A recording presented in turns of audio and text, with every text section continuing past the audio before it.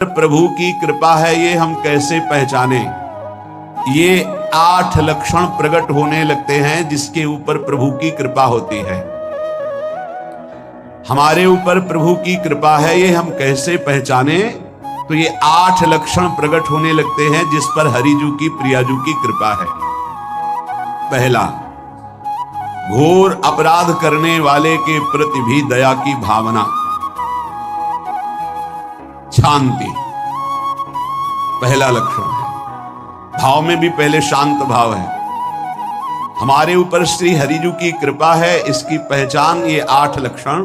पहला, शांति, अर्थात घोर अपराधी के प्रति भी गुस्सा ना क्षमा करना, ये हरि की कृपा का लक्षण है। देख लो भाई, घोर अपराधी शब्द तो जाने दो, जरा सा प्रतिकूल हो जाए तो लाख समझाओ पर भ्रकुटी तनी रहती है। भला ऐसा है? अपराधी पर भी क्षमा का भाव होना, ये हरि कृपा पात्र में ही होगा, अन्य में नहीं। तो अगर अपने हृदय में ऐसा लगे कि ऐसा नहीं है, तो हरिजू से प्रार्थना करनी चाहिए कि कृपा करो, मेरे में सामर्थ्य आवे। दूसरा, अनुसूया, वो किसी भी के प्रति कभी भी कोई दोष दर्शन ही नहीं करेगा। दोष कथन, दोष श्रवण की तो बात जाने दो।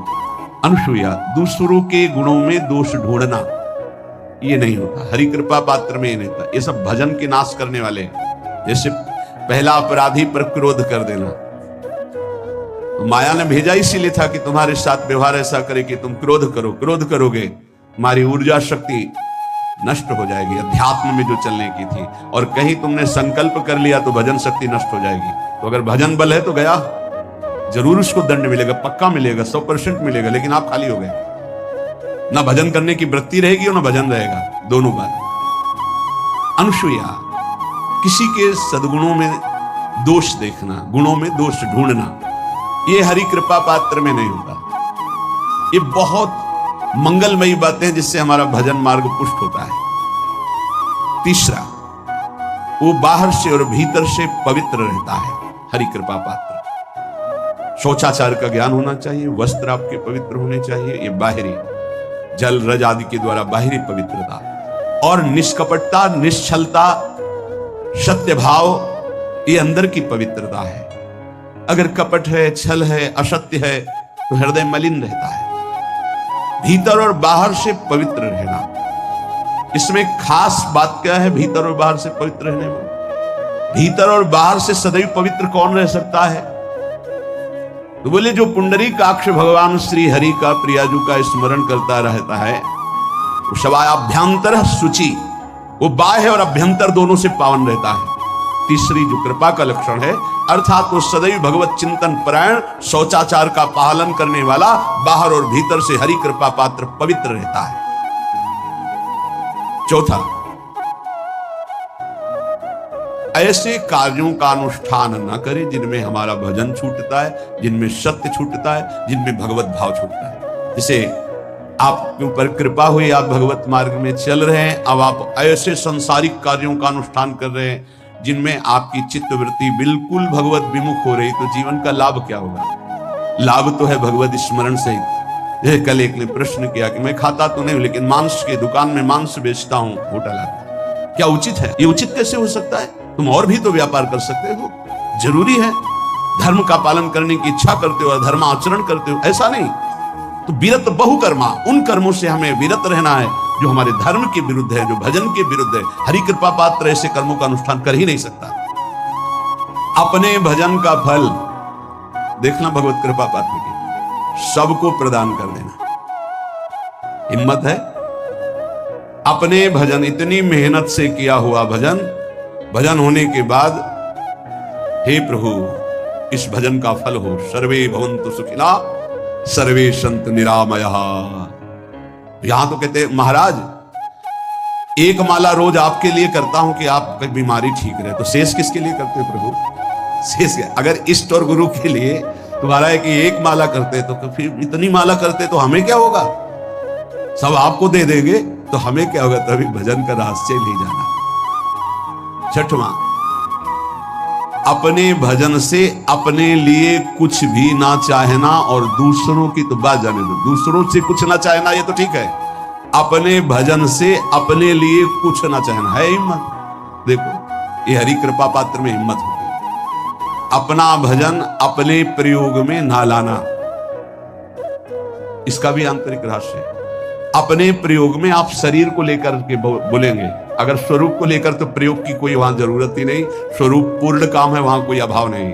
जब आप कोई भाव अपने लिए करेंगे तो देह भाव होगा, देह भाव से किसी विषय की मांग होगी। विषय पूर्ति भजन का फल नहीं होता, भजन का फल होता विषय निवृत्ति। बहुत जोर की बात है, कैसे समझे? अपने भजन का भी फल अपने लिए नहीं, दूसरों से कुछ चाह रखना तो बात ही जाने दो, भजन से भी कोई अन्य सुख की चाह नहीं हुई। क्या चाहिए? भजन ही बनता रहे, भजन का फल भजन बनता रहे, खूब निरंतर जप करते रहे। सातवां, किसी भी मान सम्मान कीर्ति पद प्रतिष्ठा के मिलने पर हृदय का असंतुष्ट हो जाना, यह हरि कृपा पात्र का लक्षण होता है।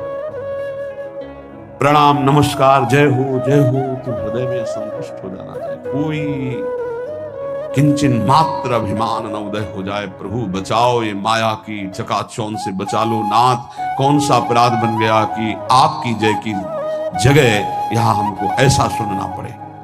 मान प्रतिष्ठा कीर्ति जिसके लिए बड़े बड़े लालायित रहते, हरि कृपा पात्र को विष की तरह चुभती है। और आठवां, किसी भी प्राणी समुदाय से संबंध ना रखते हुए सब पर दया की भावना, सब पर कृपा की भावना, सब पर करुणा मैत्री पर किसी से ममता नहीं। ये सूत्र बहुत व्यवहार में प्रयोग करने योग्य है। सबसे करुणा और मैत्री पर किसी से ममता नहीं। करुणा तो करी भरत जी ने, मैत्री भी की मृग से, पर ममता रहित नहीं रहे। ममता कर ली तो अगला जन्म हिरण्य का हो गया। ममता नहीं रखी, निर्ममो निरहंकारा। करुणा मैत्री तो करनी है, जैसे इसमें आदेश है, गीता में जी आदेश है, अद्वेष्टा सर्वभूतान मैत्रः करुणैव च, पर निर्ममो निरहंकारा, ये साधक की चतुरता है। प्राण मात्र पर दया कृपा करुणा मैत्री, पर ममता नहीं। ममता किसी से, और यहां करुणा मैत्री ये तो गायब हो गई, केवल ममता रह गई है। अपने शरीर से ममता, शरीर संबंधियों से ममता, विषय भोगों से ममता, यही जहर है। संबंध में ये ममता ही जहर है, विचारों में अहंकार जहर है, कर्मों में ये आसक्ति जहर है। इसी जहर को मिटा दे तो जीवन मुक्त महापुरुष कर्म करते हुए, विषय सेवन करते हुए, वार्ता करते हुए, विचार करते हुए, बिल्कुल जहर रहित उसका जीवन हो गया। तो ये 8 बातें हरि कृपा पात्र में होती हैं, इनको बार बार सुनना और हृदय में धारण करना।